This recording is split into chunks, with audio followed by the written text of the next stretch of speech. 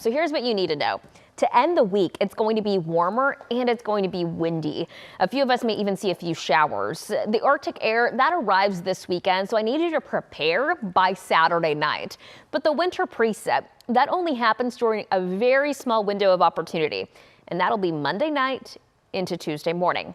So here's first tomorrow, because I do need you to know this. It's going to be cloudy. We're going to see a few showers popping up.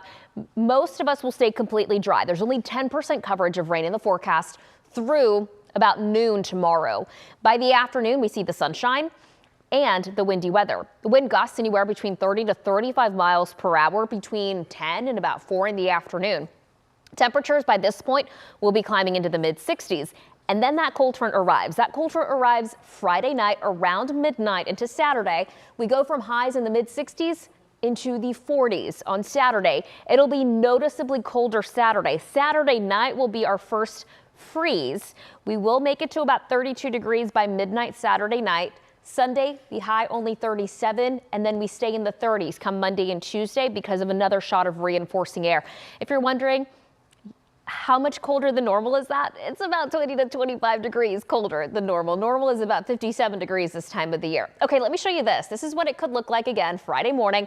That front arrives sometime around midnight Friday night. By that point, it'll be too dry for us to see any precip as the front is initially coming through.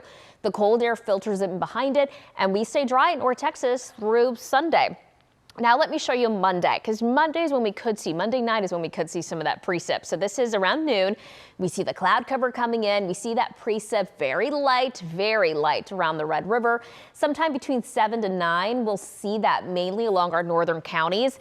After midnight is when we could see a few of those flurries sneaking into areas of the Metroplex.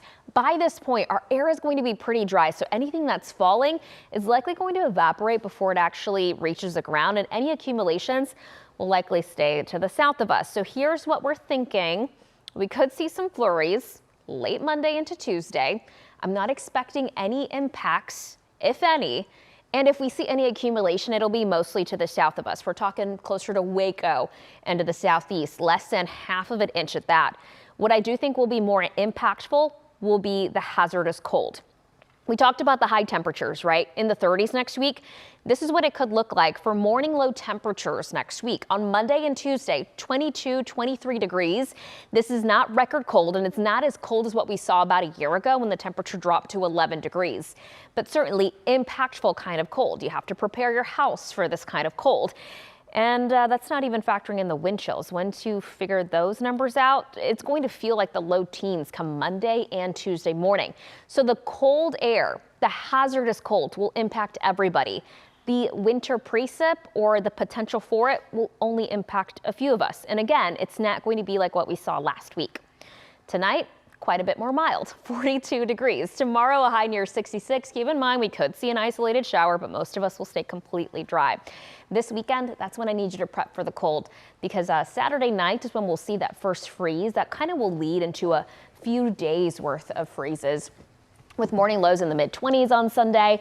And then next week, yeah, it just stays pretty cold. It does look quite a bit better, though, by this time next week. A high of 45. It'll feel like springtime for us by the time we get over early parts of next week.